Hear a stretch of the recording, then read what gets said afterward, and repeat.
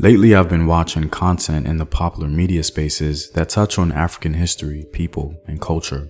I've run into some very interesting broadcasts and wanted to share my thoughts with the diaspora. I'm interested in hearing your thoughts as well and looking forward to your perspective. So today, let's review a video posted by the BBC that speaks about Africans living in 16th century Portugal.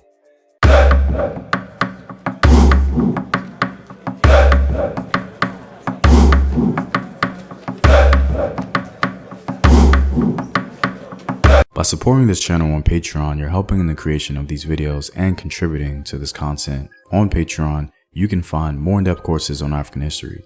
Also, your support helps the channel grow, improving production quality and future animated projects. And so, if you're interested, the link to Patreon is in the description box below. To begin, some of you may have already seen this video, so hopefully you'll stick around for my review and historical commentary. Please keep in mind that this video is not a celebration of popular culture's validation or acknowledgement of African history, people, or culture. My only intent is to give in-depth analysis and review what the BBC has to say. That being said, I can't play the full video due to copyright, but I'll share some photos about the discussion. The BBC narrator says the painting was completed in the 16th century, perhaps by a Dutch artist visiting Lisbon. In it, there are many surprising aspects. The most stunning are the portrayals of African people occupying various levels of Portuguese society. In the video, the narrator specifically points out the African knight riding on his horse, proving that some Africans held high positions. According to the BBC, this is clear evidence of globalization. Interestingly enough, this was not the first time people of African descent resided in Portugal. The Moorish invasion in the 8th century was an African conquest of the Iberian Peninsula, a conquest which included the ranks of the Amazigh, Arabs, and other Africans further south, many of whom were conscripted soldiers. In fact, according to one Muslim source, the initial invasion of the Iberian Peninsula was specifically carried out by the Africans from further south. When Tariq crossed the sea, he came out at the mountain named after him and sent forward the Sudan to make war. When the Goths saw these frightful forms, they were terrified. The Sudan used to take Gothic and Christian prisoners and slaughter them. The Sudan in this case was referring to the Africans originating in West Africa. I mentioned the Moorish invasion because in the video, the narrator points to an African knight roaming the streets of Lisbon, a really fascinating scene.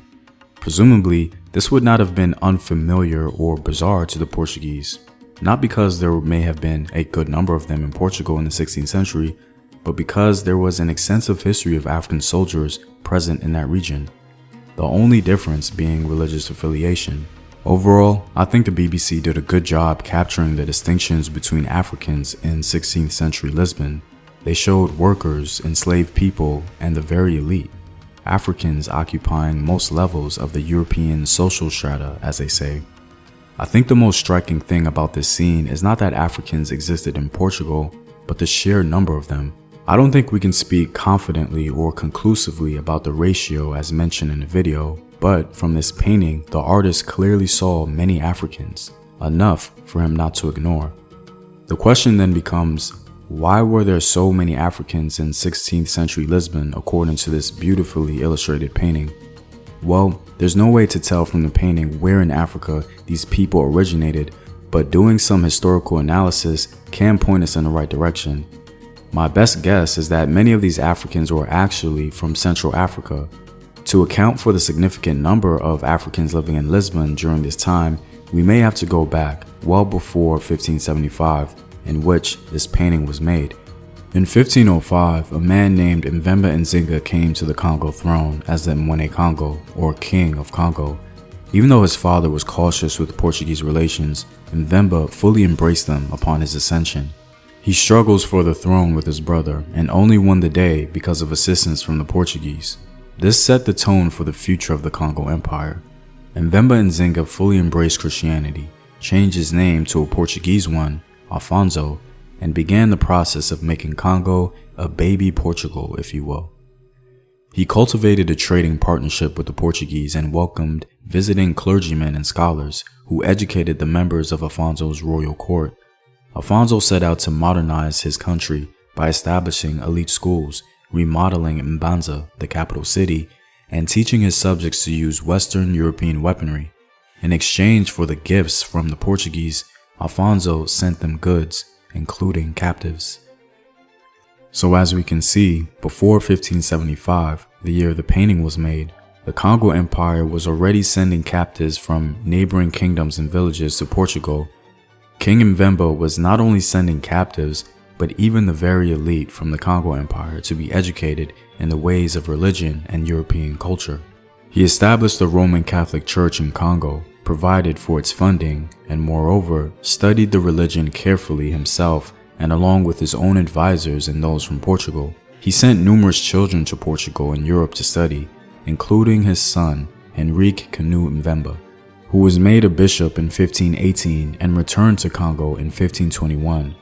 Afonso also created an educational system that made the upper classes literate in Portuguese.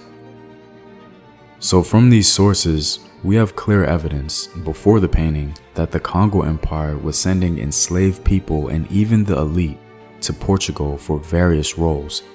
This would, in part, explain the diverse occupations found in the painting. Now, this is not to say that all the Africans in the painting are from Central Africa, because they most likely were not, but we at least have clear documentation to explain some of what we're seeing. Interestingly enough, aside from the Africans living in Lisbon, there were also Portuguese communities living in Congo, and so a portrait of Mbanza, Congo, the capital of the Congo Empire, may have had similar diversity. And although the relationship between Congo and Portugal was ultimately an unequal exchange, it's clear that in the 16th century, Portuguese people were living in an African city and Africans were living in a Portuguese one. Overall, I think the BBC did a good job capturing the history and the scene. I'm curious to hear your thoughts. Be sure to continue the dialogue in the comment section below. Well, I'm all out, guys. If you like these videos and want to help in its continued production, consider supporting the home team on patreon.com. The link is in the description box below. Know thyself. Remember your ancestors. Peace.